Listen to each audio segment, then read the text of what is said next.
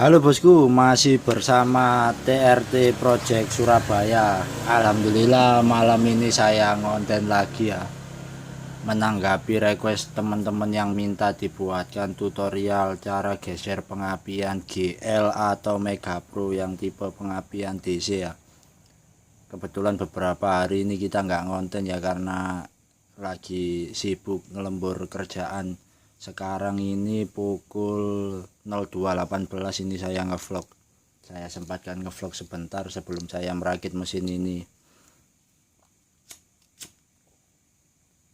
Jangan lupa yang baru bergabung di channel TRT Project Surabaya, dukung terus channel ini dengan cara subscribe ya, biar saya terus semangat membuat tutorial seputar otomotif. Saya sambil ngutut ya bos, biar nggak kecut. Oh ya, khusus konten ini saya pakai bahasa full Indonesia ya, karena kemarin saya ada yang versi bahasa Jawa itu, ada orang dari Medan itu komen di video yang sebelumnya itu komen, konten kamu bagus mas, tapi kalau bisa buat yang versi bahasa Indonesia, kalau pakai bahasa Jawa saya nggak mudeng soalnya bahasanya. Oke, untuk video ini saya pakai full bahasa Indonesia ya, biar mudah dimengerti. Nek basa Jawane ya wis biasa, basa Surabayaan. Nek basa Indonesia ya njaluk tolong aja dipaido, masih wis kaku ngono kuwi nek basa Indonesia nih. Oke, langsung lanjut ke video di depan. Saya paskan dulu kameranya. Tutorial cara geser pickup Mega Pro atau GL ya, sama saja GL dan Mega Pro, sama-sama tipe DC. Untuk metode ini berlaku hampir di semua tipe motor DC ya, enggak semua, ada beberapa tipe pengapian DC tertentu yang enggak bisa yang pakai cara seperti ini. Yang ada di depan ini adalah magnet, atau bahasa di lain daerah kan beda-beda ya nyebutnya magnet ini. Magnet Mega Pro Primus atau Mega Pro yang terakhir itu ya. Ini pickup masih standar dengan panjang tonjolan pickup 15,5 mili ya kalau diukur pakai skate mat. Kalau diukur derajat ya silakan kalian ukur sendiri pakai derajat seperti ini. Untuk jarum ini saya pakai kawat, soalnya yang punya saya yang untuk senter derajat itu nggak tahu tulis di mana, saya cari nggak ketemu. Beli lagi udah malas, pakai kawat juga fungsi kok, yang penting fungsinya. Untuk yang pakai dial saya nggak akan bahas, karena orang-orang yang punya dial seperti ini pasti sudah ngerti apa maksud saya. Nah ini saya buat untuk versi untuk pemula dan yang tidak punya dial ya. Kalau Anda merasa mekanik ya wajib belilah dial yang murah-murah kayak gini, cuma 150 ribuan. Cari tapi kalau beli dial seperti ini cari yang tebel seperti ini sekalian biar awet. Soalnya kalau di bengkel itu kadang alat seperti ini tuh perang dengan alat yang lain. Kalau pakai yang murah itu gampang rusak atau enggak tulisannya hilang. Kalau produksi dial seperti ini itu yang buat di Kediri. Kalau kalian lihat di online itu, yang kalau pembuatnya orang Kediri, kalau kalian lihat di online itu yang buat ya satu pabrik dengan ini, cuman dikasih sablon merek tertentu beda-beda. Kalau kalian mau tahu yang buat ini orangnya orang Kediri, dia memang spesialis mencetak buat dial-dial seperti ini, dial Noken As juga.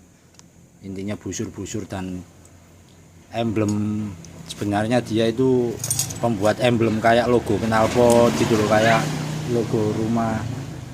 Sopo emang dari kontri? Sopo yang ini jam ora arek wedok nguyur bengi wis rusak. Oke lanjut, sponsor ada mbak-mbak cantik lewat. Lanjut ke pembahasan. Yang saya maksud digeser pickup kan kemarin dengan cara memajukan pickup ya. Untuk kemarin kan di CDI Tiger ya, di pengapian Tiger itu tipe AC, dan banyak dari teman-teman penonton yang belum paham. Nah, ini saya kasih topnya, saya luruskan di sini aja ya. Kalau di sini sebenarnya paling enak di titik pulser ini, yang di bawah stepu ini loh, kan ada di titik tengah pas pulser ini ada tanda segitiga lancip itu.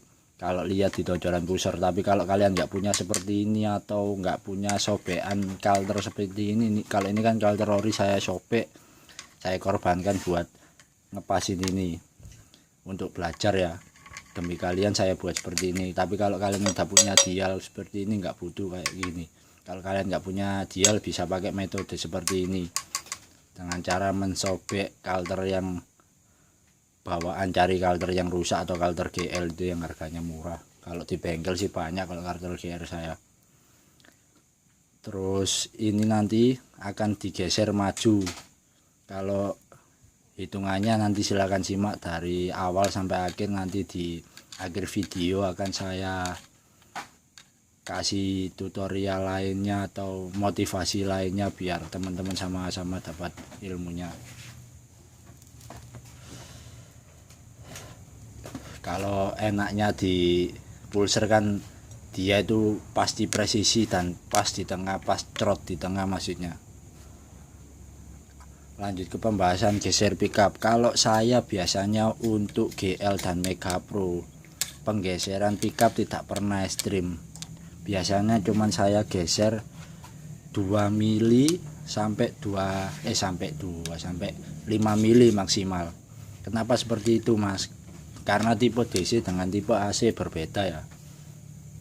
Jadi untuk cara kerja CDI DC kan seperti ini. Dari awal sumpama pulser di sini ya, di titik ini, perhatikan titik ini.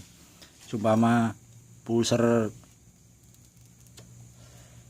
di titik yang atas ini. Nah, obeng ini. Kalau magnet kan bergeraknya pasti ke depan ya. Seperti ini. Jadi dari saat magnet berputar dan si tonjolan pickup ini menyentuh atau pas di titik tengah pulser seperti ini, tag dia seperti ini tuh menyimpan data atau ancang-ancang untuk mengeluarkan setrum. Beda dengan AC. Kalau AC kan dari awal menyentuh ini udah memercikan api ya di koil dan ke busi, itu udah mengeluarkan api sampai ininya habis, sampai tonjolan pulser habis dia berhenti mengeluarkan api. Kalau AC ya. Kalau DC gimana, Mas? Seperti ini. Dari awal pulser ini dibaca oleh pulser, si pickup ini dibaca oleh pulser ini, dibaca oleh sensor pulsar seperti ini, tag dia itu mengirimkan sinyal ke CDI, disimpan, lalu diikutin sampai tonjolan pickup ini habis. Setelah tonjolan pickup ini habis, lepas dengan pulser, dia baru mengeluarkan bunga api. Tag sampai durasinya berapa lama, Mas? Durasinya ya panjangnya ini, panjangnya si pickup ini. Itu kenapa di motor CDI DC tertentu itu pickupnya ada yang pendek, ada yang panjang, itu programnya juga beda-beda. Kalau di khusus ini kan buat Mega Pro dan GL ya seperti ini. Jadi setelah si pulser membaca tonjolan pickup ini ya, tag dia menyimpan data di CDI. Setelah lepas seperti ini dia mengeluarkan bunga api. Nah, kenapa kalau di motor DC menggesernya jangan terlalu ekstrim, Mas? Karena tipikal motor atau CDI DC itu dia waktu lepasnya ini enggak seperti CDI AC ya. Waktu lepas awal ini sangat gede. Jadi ibarat pengapian itu gedenya di awal lalu merata ke belakang. Jadi untuk hentakan pertama. Jadi kalau buat teman-teman yang mencoba-coba geser derajat pengapian untuk khususnya DC ya, jangan terlalu ekstrim dulu. Bisa digeser 2 mili hitungan sketmat ini ya. Kalau 2 mili itu 1/10-nya 1 cm ya. Kalau 1 cm itu 10 mili.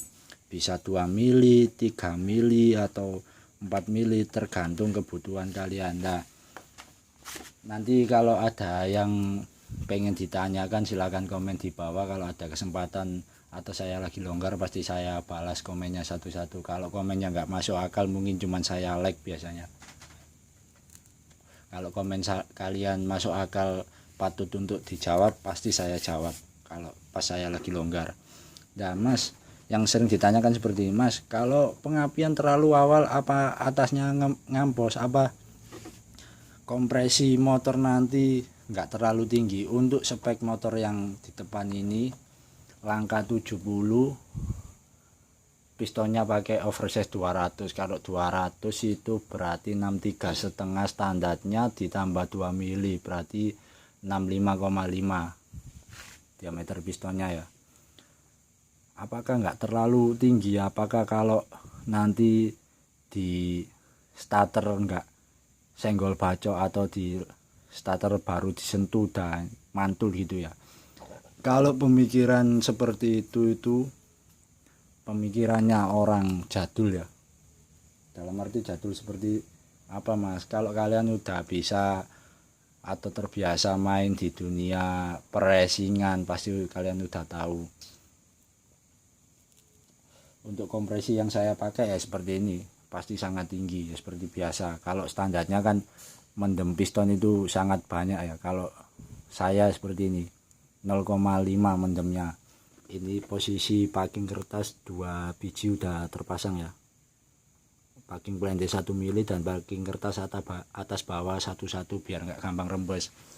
Untuk area kop standar, kubah masih standar, cuman saya brace klepnya, terus saya potong bagian topnya sini ini, apa namanya, datarnya ini loh, area packing ini 2 mili. Untuk rantai kamprat DID standar Tiger seperti ini baru, biar nggak cari yang molor ya, biar PNP kamprat standar intinya, biar nggak susah kalau cari mata kamprat. Pakai blok Tiger standar, di packing 2 mili, kopnya juga dipotong 2 mili. Untuk packing kop saya pakai 0,5 mili ya. Ini tip dari saya ya, kalian kalau membuat top piston boleh ekstrim tapi minim, ada toleransinya 0,5 di bagian sini dan 0,5 di bagian packing seperti ini.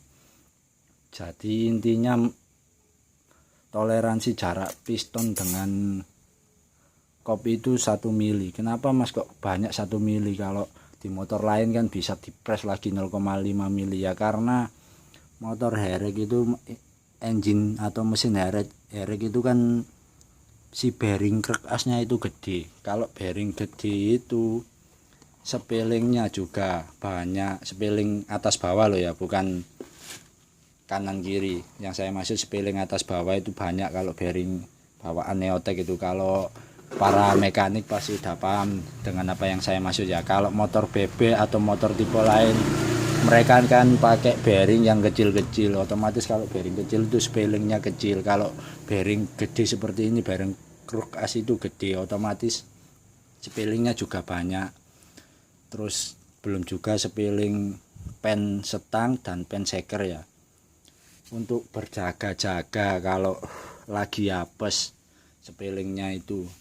Kalau lagi apes ya otomatis si piston perang dengan si kop ya, bahkan bisa sama klep kalau lagi preset. Makanya kenapa saya tiap noken yang lift ekstrim selalu saya kasih las-lasan emas 24 karat ya seperti ini, biar ini enggak geser.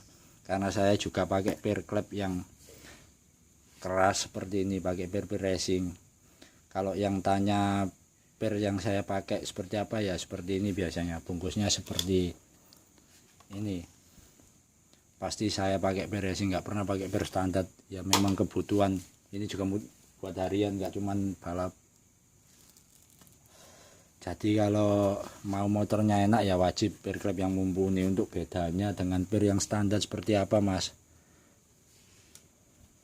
Nah seperti ini, dia ulir pernya ini lebih gede, terus lebih tinggi dari standar lah ini. Nah biar kelihatan lurus saya tempelkan sketmat saja. Nah, sama-sama datar ya permukaan bawahnya lah. Posisi atasnya ini lebih tinggi, terus ulirnya lebih renggang, per yang bagian ini lebih gede sedikit dari standar, terus kelebaran ini lebih lebar yang racing.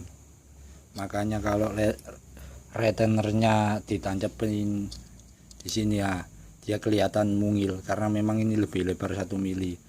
Untuk di bagian per yang kecil dia sama lebih tinggi sedikit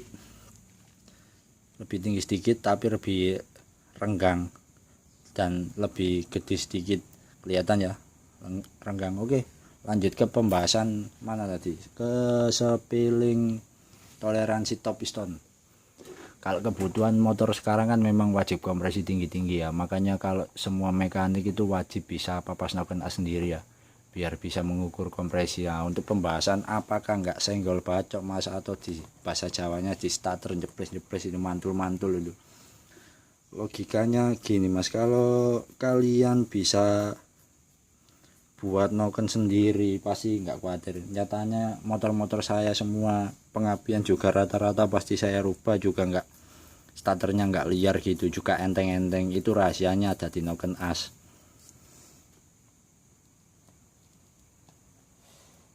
Nah, yang saya sayangkan kemarin kan menjawab tutorial dari channel sebelah ya. Kalau di channel saya itu pasti saya jelaskan merinci apa kekurangan dan kelebihan.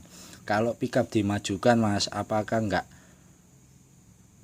kedodoran di posisi atas, atau enggak telat, atau enggak mantul, apa atasnya enggak jalan.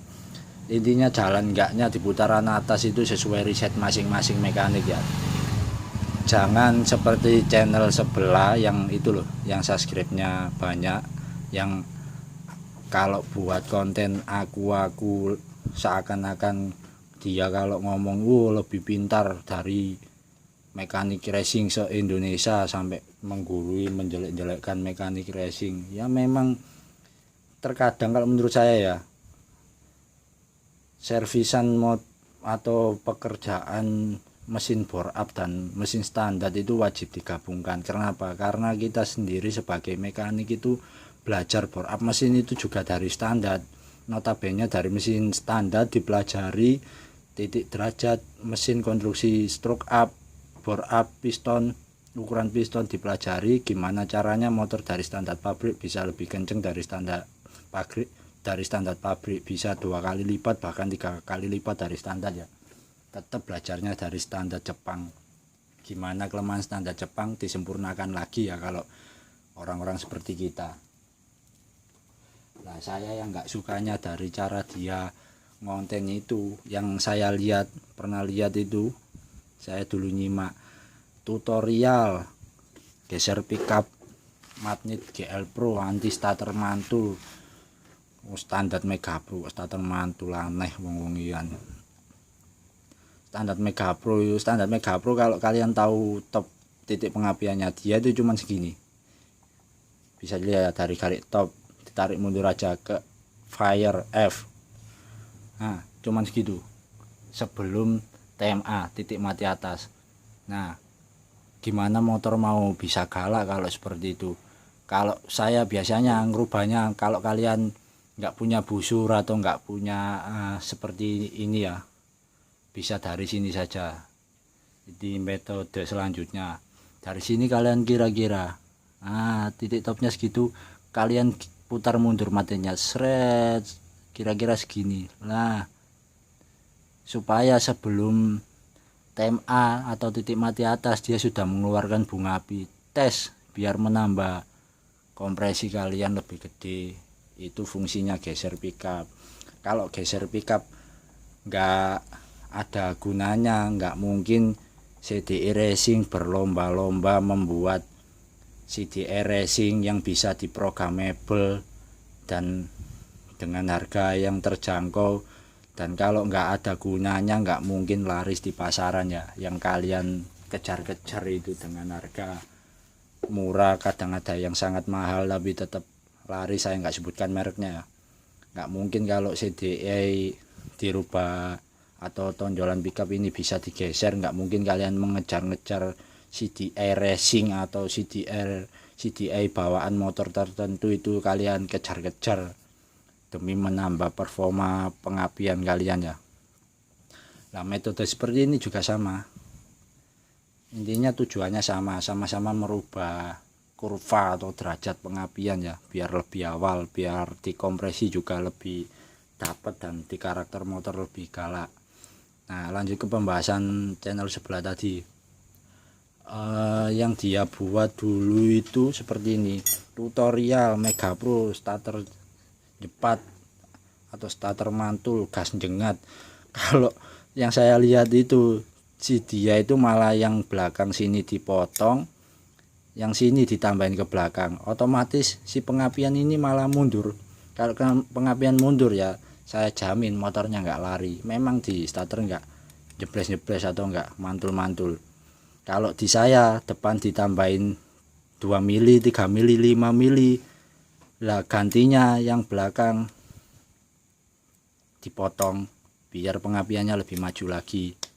Kalau seperti 2 tak bisa ya sebenarnya di gerinda supaya mati yang kancing mati itu sedikit. Kalau di 4 tak jangan, karena tenaga torsi 4 tak itu lebih gede dari 4 tak. Pasti spaynya yang putus, orang spay ori bawaan sering putus apalagi di gerinda setengah, itu makanya nggak diterapkan di 4 tak. Kalau 2 tak bisa lah, karena torsi 2 tak itu nggak terlalu gede kayak 4 tak. Kalau di torsi ya herek jangan coba-coba, soalnya kalian tahu sendiri askruk yang apalagi seperti askruk yang saya pakai itu tak jamin langsung putus supaya matinya. Sekali jebres itu langsung putus, kadang-kadang nggak jebres saya juga mutusin supaya. Nah, yang dibahas dia di channel sebelah itu digeser mundur malah, makanya saya nggak suka channel-channel seperti itu. Bukannya malah mengasih motivasi, malah menjerumuskan orang ke yang tidak benar. Digeser mundur ya otomatis motor nggak lari tuh mas, tambah mundur, derajatnya tambah mundur. Motor standar seharusnya bisa top speed di angka 120 km, digeser mundur ya mungkin 80 km.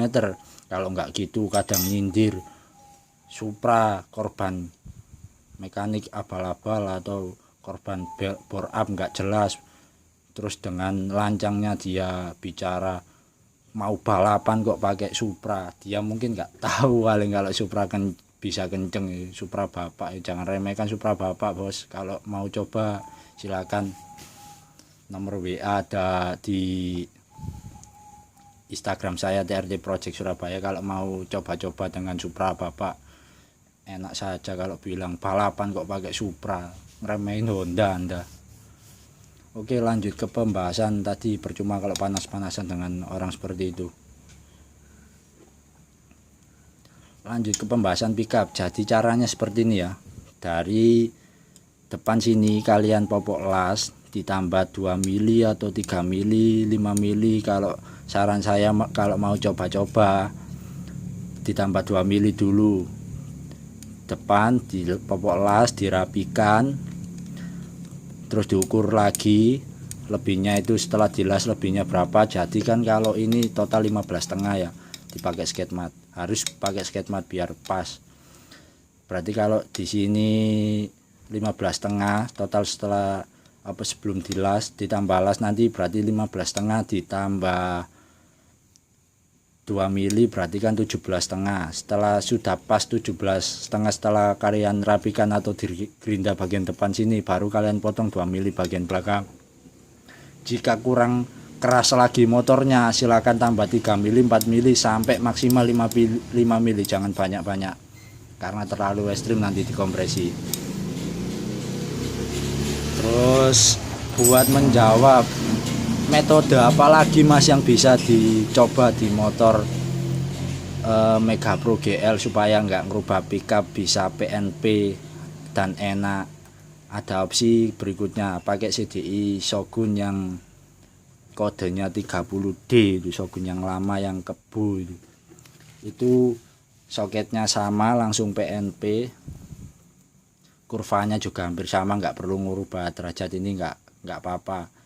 sudah bisa dikatakan PNP lah, cuman beda sedikit panjangnya ini. Kenapa Shogun? Karena kalau di bawaan Shogun itu RPM-nya atau batas limitnya RPM itu dia lebih tinggi dari si Mega Pro ini atau GL.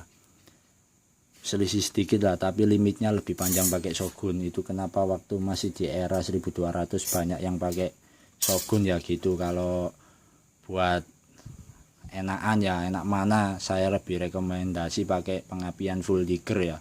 Digger standar digeser pickup maju dikit itu udah enak. Kalau AC itu pastinya lebih gede ya dari DC, terus lebih stabil pengapian karena untuk pickup AC juga lebih panjang. Kenapa pakai Shogun Mas? Karena tanpa kalian merubah pickup ini dan merubah soket kabel dan bla bla bla bla tetek bengek lainnya, kalian sudah bisa tinggal pasang, sudah beda dikit performanya, asalkan dengan catatan pakai Shogun yang ori.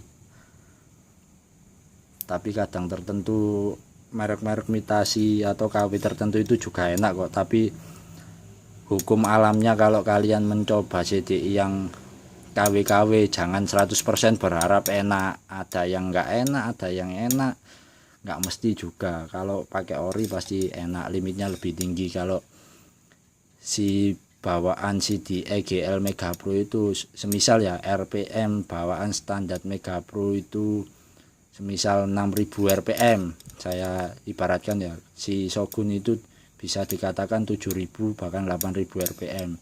Itu cara mudah kalau kalian pengen ganti atau solusi CDI lain selain GL dan Mega Pro, bisa pakai Shogun tanpa merubah pickup dan soket kabel. Untuk opsi lain, kalau kalian fanatik dengan CDI original karena sebab buat motor harian atau touring jarak jauh, ya silakan kalian pakai standar. Kalau original kan pasti awet ya, nggak gampang rusak CDI-nya. Silakan kalian pakai metode seperti ini, digeser maju ya, asalkan geser maju jangan ke belakang. Jadi depan yang ditambahin las, belakang yang dipotong. AC gimana Mas? Sama, intinya kalau digeser maju ya pasti yang depan ditambah las, belakang yang dipotong. Jangan belakang yang ditambah las, depan yang dipotong, itu salah. Bukannya marah jengat-jengat motor kalian malah nggak lari ya.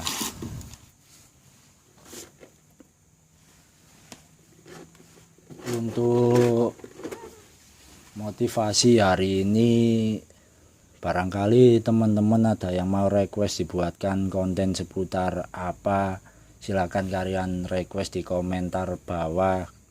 Mungkin lain kali kalau saya ada waktu, kalau saya lagi megang yang kalian maksud itu, insya Allah saya sempatkan buat tutorial tersebut. Selain herek juga bisa, silakan. Terus kayak metode seperti ini nggak cuma di herek aja ya, di motor-motor lain juga bisa, asalkan kalian tahu notabene CDI nya itu seperti apa, limitnya berapa, terus panjang pickupnya berapa. Kalau kalian tahu cara datanya atau data CDI dan pickupnya standar bawaan pabrikan itu berapa, pasti kalian nggak terlalu nggak terlalu ambisi dengan CDI merek tertentu ya, atau CDI racing. Kalau standarnya bisa enak, ngapain buang-buang uang buat beli CDI racing yang harganya nggak murah. Kalau memang kebutuhannya buat balap ya silakan beli CDI racing merek tertentu. Kalau kalian punya uang lebih dan uang nganggur, nggak ada gunanya uang nganggurnya, bisalah kalian silakan beli CDI racing buat harian. Kalau saya ya lebih nyaranin CDI standar karena faktor umur, jangka pakai panjang dan awet, nggak takut terjadi trouble di jalan. Oke, nggak kerasa waktu sudah hampir setengah jam ini saya ngomong. Jangan lupa buat yang menyukai video ini, dukung terus channel ini dengan cara like, komen, dan subscribe agar saya terus semangat membuat tutorial seputar otomotif. Sampai jumpa lagi di next vlog saya yang selanjutnya. Terima kasih.